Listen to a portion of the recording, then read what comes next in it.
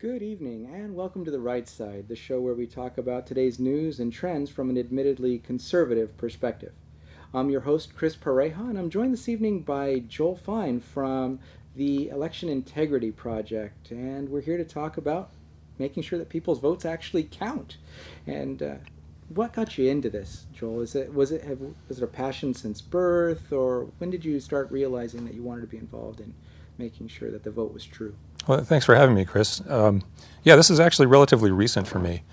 I'm a private citizen. I have been all my life, not particularly involved in political activity or civics. But in November 2010, I decided to get involved in various ways. One of the ways I got involved is I actually worked at the polls as an election officer. So for the day, in November 2010, I was technically an employee of the Registrar of Voters of Santa Clara County. It was a very interesting experience for me. I did it partially because I wanted to just be involved and be part of the electoral process, but also as a learning experience. I came in with the perspective of, this is so important to our democracy to make sure that elections are run properly, that they're held in a fair, accountable, and honest way, that I really want to personally learn about how it's done. And one of the perspectives I had was, there are people out there who care so deeply about an election that they might be willing to do things that are unfair, potentially even illegal, in order to sway the outcome of an election. If I were one of those people, what would I be thinking about doing? What are some of the opportunities I might have? And so when I went in to work at the polls, I went in with that perspective to think, okay, where are the weaknesses in the system? What kind of feedback could I give to the registrar or to anybody else to say, hey, here's how you might be able to fix this system. Here are some of the weak links that opens it up to potential for irregularities, fraud, whatever, and maybe in some way contribute to repairing those breaches. So it wasn't just a civic responsibility from making sure that the voting place had staff, but you were also looking at it analytically, and Absolutely. from a security perspective almost. So what did you see that day that you expected or didn't expect in that quest you were on to identify the holes? Well, some of my observations actually started before Election Day. The training that election officers receive is an interesting thing in and of itself. Election officers who work the polls get a total of, I think it's a 3.5 hour training session to learn how to do what they're supposed to do for the day. And I consider that fairly minimal. It's a pretty complex job. Most of the time things go smoothly, and it's a routine kind of thing where you process voters in and out.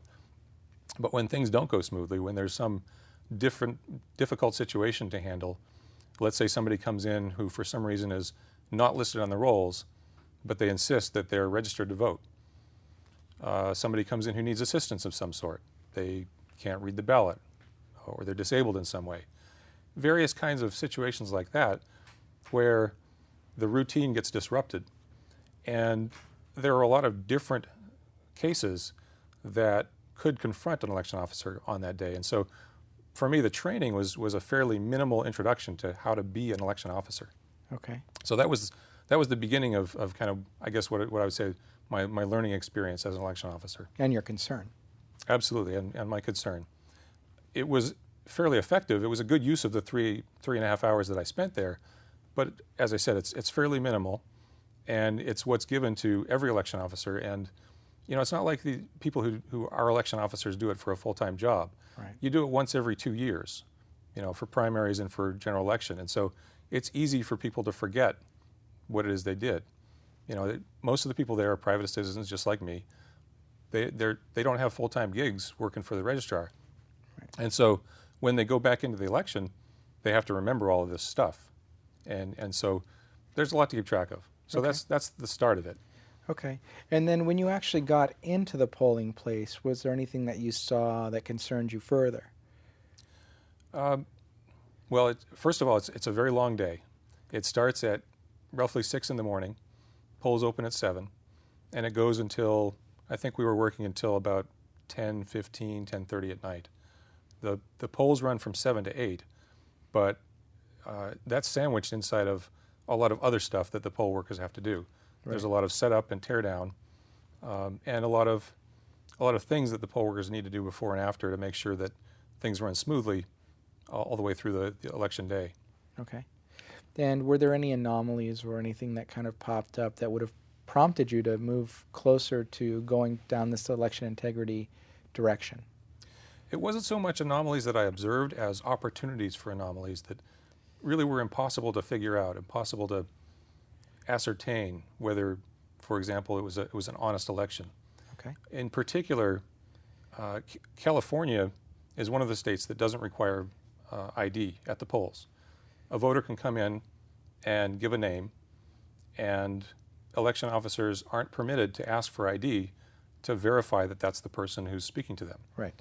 And in fact, if the person were to show an ID, we're instructed to ask them to put it away and just verbally tell us their name or show us their election mailer to establish who they are. So we're not allowed to look at identification. And that in itself is a concern for me, because that opens things wide up. Anybody could come in and claim to be somebody on the roster, and we would just have to hand them a ballot. That's our legal obligation. Mm-hmm. And the example I kind of walk through in my mind is, suppose I knew where somebody lives and votes. Mm-hmm. I could go in and vote on their behalf. That I happened. could just walk into the poll and Yeah. say, I'm John Smith. I'm here to vote. Right. And there's no opportunity for the election officer to challenge that or to think about it or anything. It doesn't matter if I'm the same age as this John Smith I'm claiming to be. It doesn't matter if I look like John Smith. None of that matters. As long as I got there first before the real John Smith, I get his ballot. Right.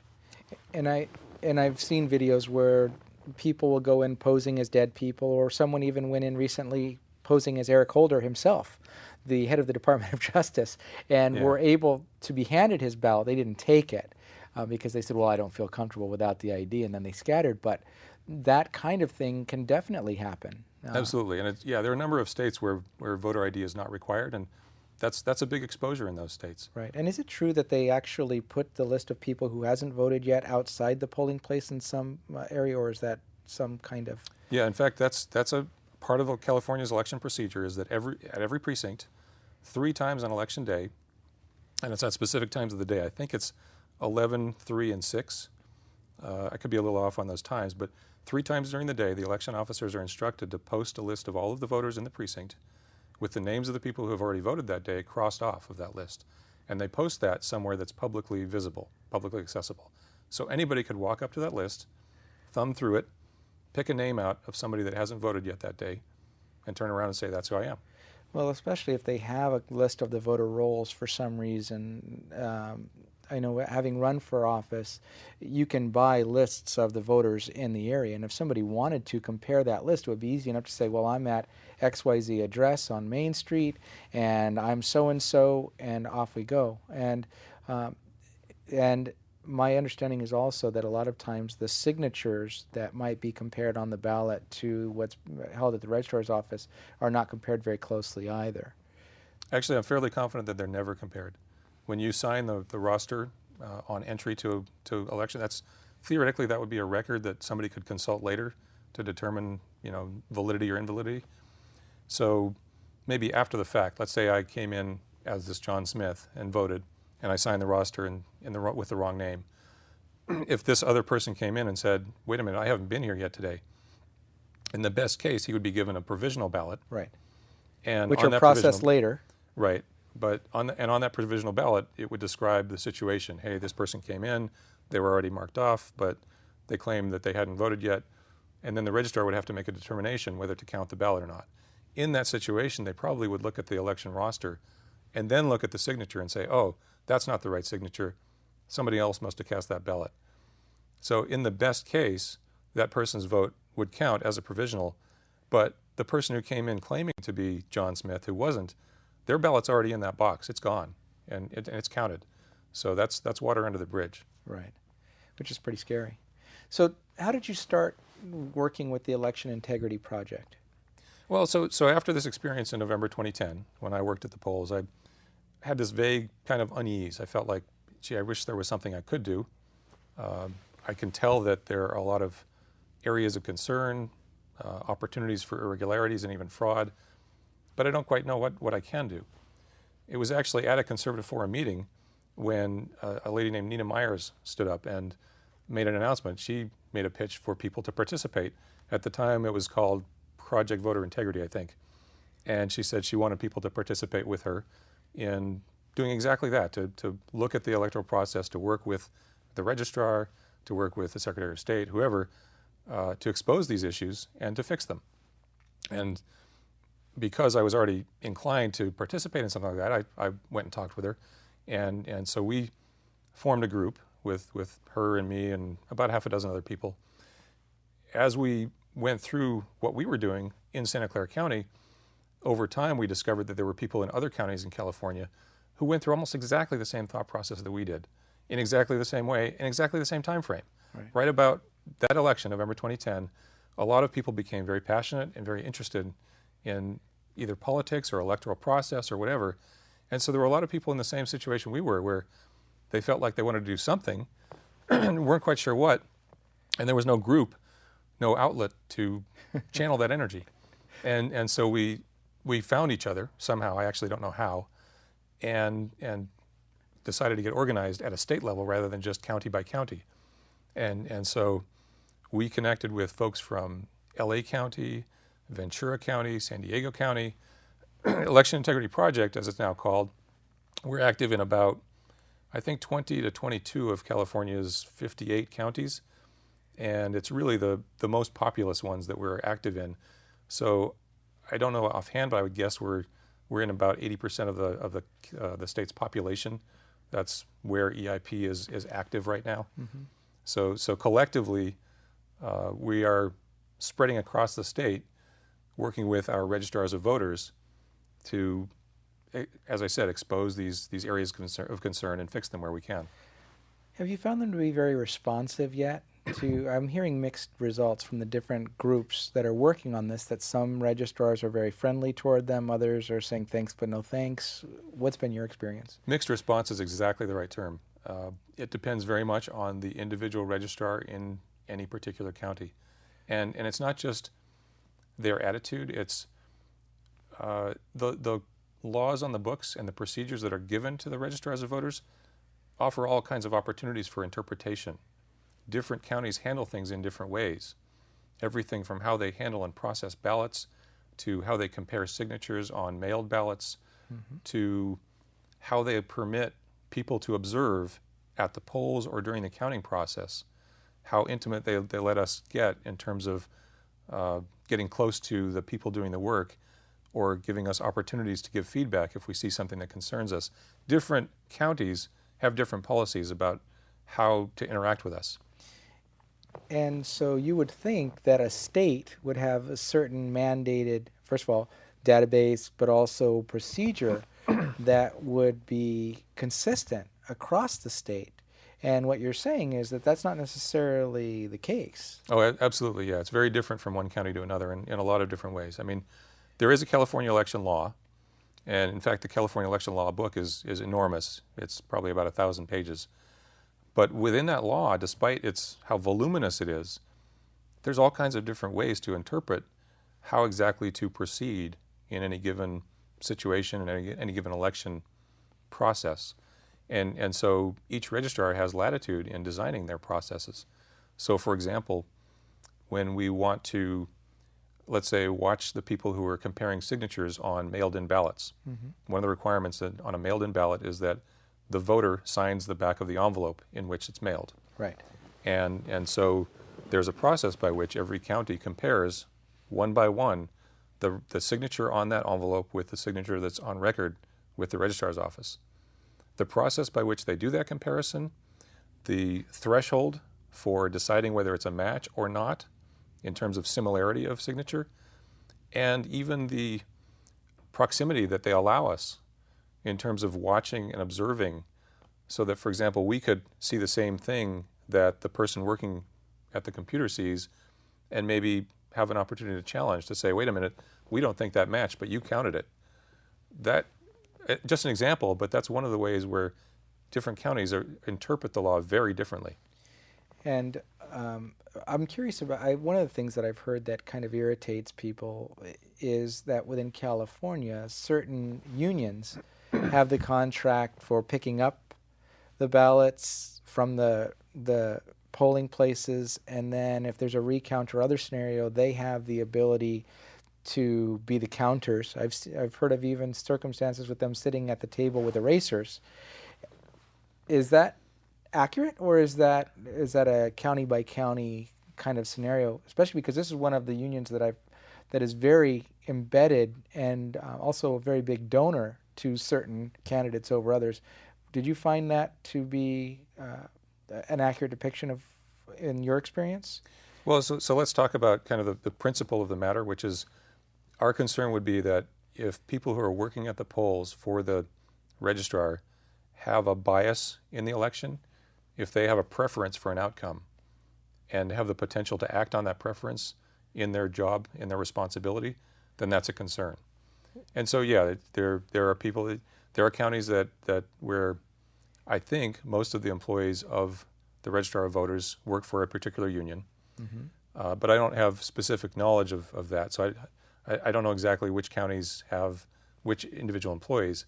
But again, the concern for us is that we want to make sure that everyone who's working at a registrar's office on the election process have very high levels of integrity and don't have the bias towards pushing an election in one direction or another.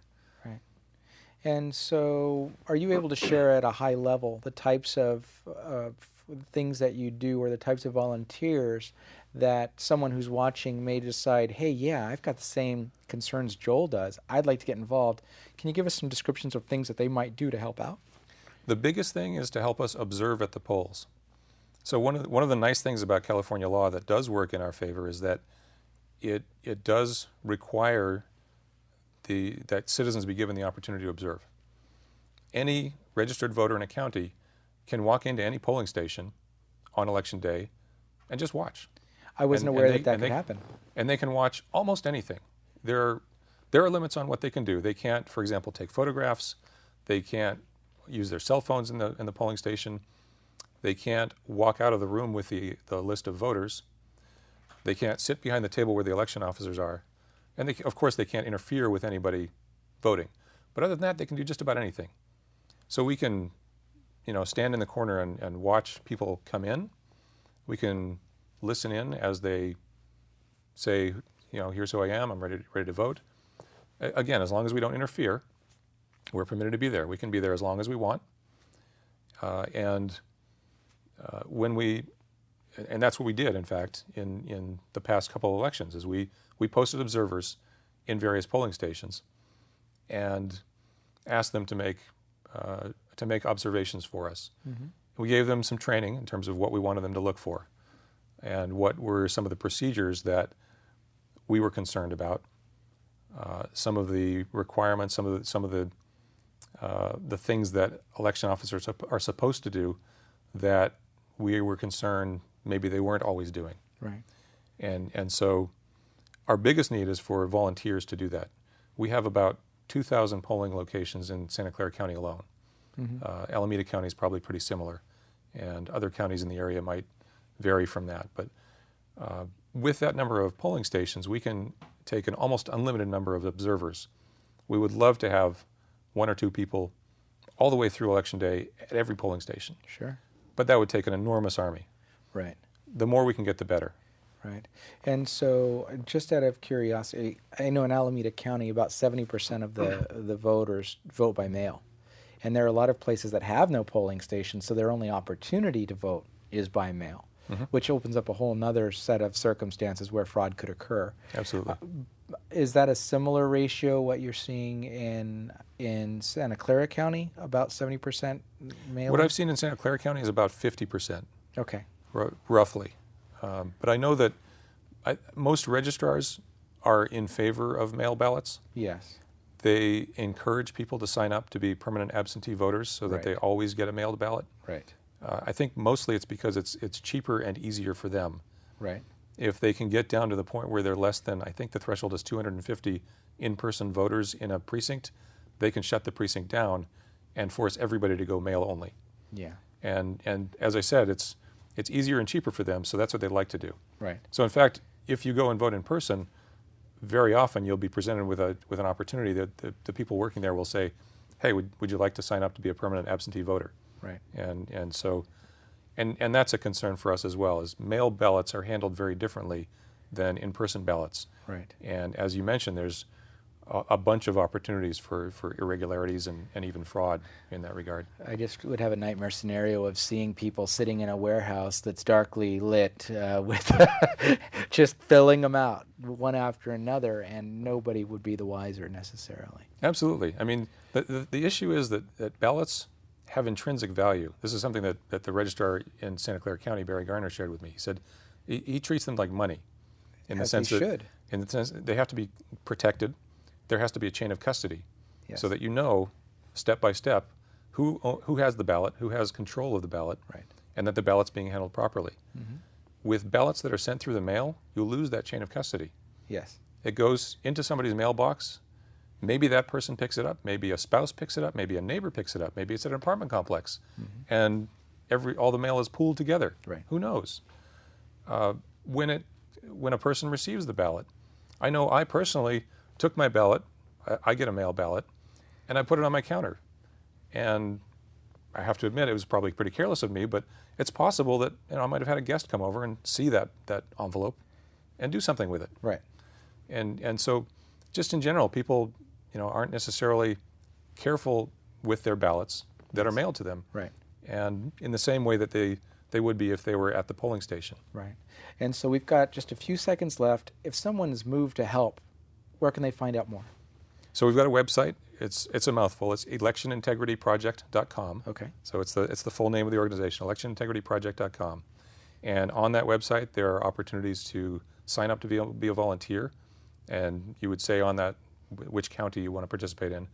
And there's also a donate button. We'd love to get donations to help defray expenses. Okay. We're an all-volunteer group. All right. Well, thank you very much for your time and for the knowledge that you've shared. It's been enlightening for me, and I'm sure it will be for the audience as well. Thank you very much, Chris. Appreciate it, Joel. So hang tight while we have a word from our underwriter, the Conservative Forum.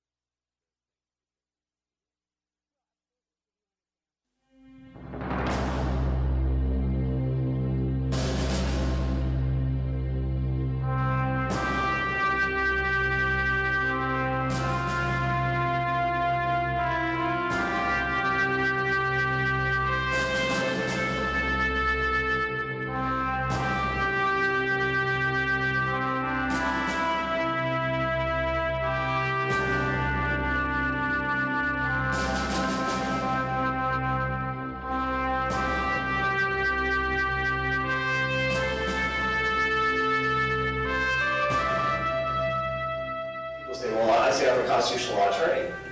And they say, oh really, what kind of constitutional law attorney? I say, well, I'm the true kind. The kind that believe that the Constitution is what the Constitution says and what it was intended to say. Anything beyond that is tyranny and should not be allowed.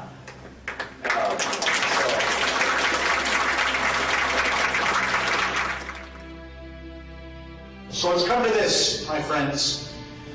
You ready the second American Revolution against a ruling class that simply lectures but does not listen or defend the American people? It is government versus the people. Am I right?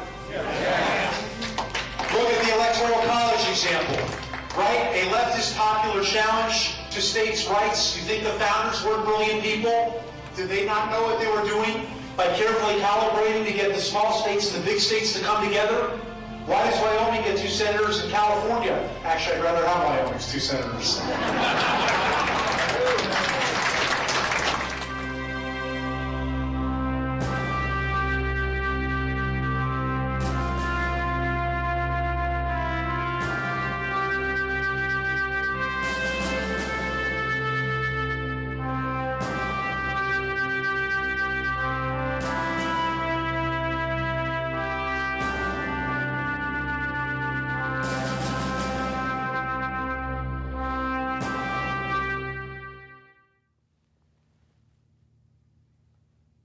we'd like to thank our sponsor once again, the Conservative Forum, for making the right side possible.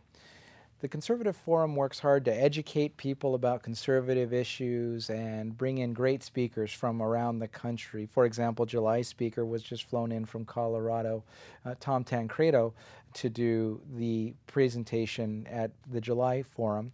On August 7th, Jack Cashel will be speaking. On September 11th, which is the second Tuesday of the month. Normally, the forum takes place on the first Tuesday of the month. John Fund will be speaking then. On October 2nd, it's Jesse Lee Peterson. On November 6th, it'll be an election watching party. And on December 4th, Christmas dinner. And there's always entertainment and other things provided there as well. In closing this evening, we talked about during the show how important it is to maintain the integrity of the electoral process. One of the concerns that we have is that on a federal level, there are pieces that are being blocked, and states are not necessarily being allowed to follow the law in the way that they think is best to preserve the integrity of the vote. We've had situations where the Department of Justice is bringing suit against states who are asking for ID, which Joel mentioned earlier as being critical to making sure that the right person is providing the vote and that their vote is counted.